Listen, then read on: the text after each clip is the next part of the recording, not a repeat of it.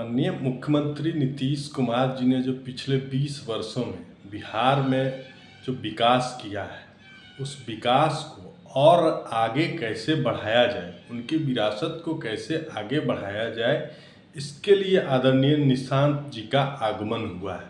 ना कि हमारा अलायंस में कोई खटपट के कारण हुआ है। और हमारा अलायंस तो बहुत नेचुरल अलायंस है।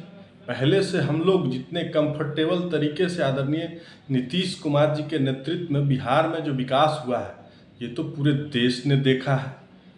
पेट में दर्द तो महागठबंधन के लोगों को हो रहा है कि आखिर ये गठबंधन टूटता क्यों नहीं। लेकिन ये तो नेचुरल अलायंस है हम लोगों का, एनडीए का। और निशांत जी अब आ गए हैं तो आगे की लीगेसी जो है निशांत जी संभालेंगे, इसमें कहाँ कोई दिक्कत है। सबसे पहले तो यह स्पष्ट कर दूं कि भारतीय जनता पार्टी व्यक्ति या परिवार की राजनीति नहीं करती। हम संगठन और सिद्धांत की राजनीति करते हैं। किसी भी दल में कोई नया चेहरा आता है तो यह उसका आंतरिक मामला है। जहां तक एनडीए का सवाल है, हमारा गठबंधन पूरी तरह मजबूत है और नीतीश कुमार जी के नेतृत्व में बिहार के विकास के एजेंडे पर काम कर रहा है। विपक्ष जानता है कि जब एनडीए में एकजुट रहता है तो उसका राजनीतिक अस्तित्व संकट में पड़ जाता है। इसीलिए वे इस तरह की बेवजह की अटकलें फैलाकर भ्रम पैदा करना चाहते हैं।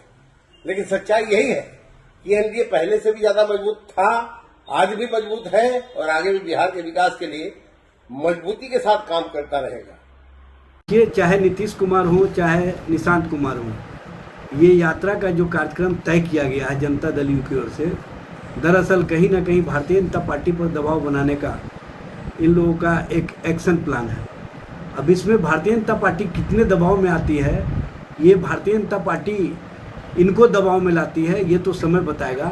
लेकिन वर्तमान स्थिति में नीतीश कुमार जी को भारतीय जनता पार्टी में पूरी तरह से दबाव में ला दिया है और भारतीय जनता पार्टी के दबाव के कारण ही मुख्यमंत्री का पद छोड़ने के लिए विवश किया जा रहा है और इनको राज्यसभा जाने के लिए मजबूर कर दिया गया।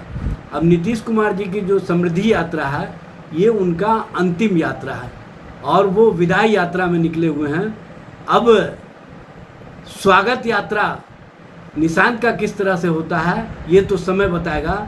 लेकिन नीतीश की जो विदाई हो रही है, ये कहीं ना कहीं भारतीय जनता पार्टी और भारतीय जनता पार्टी के नेतृत्व के लिए एक अवसर है। अब भारतीय जनता पार्टी हर अवसर को कहीं ना कहीं अपने मनोनुकूल, अपने अनुसार परिवर्तित करती रही है और इस बार भी अमित शाह जो सपना लेकर के भारतीय जनता पार्टी की सरकार बनवाने का संकल्प लेकर के आगे बढ़ रहे थे, उसको पूरा करने की स्थिति में आ गए हैं।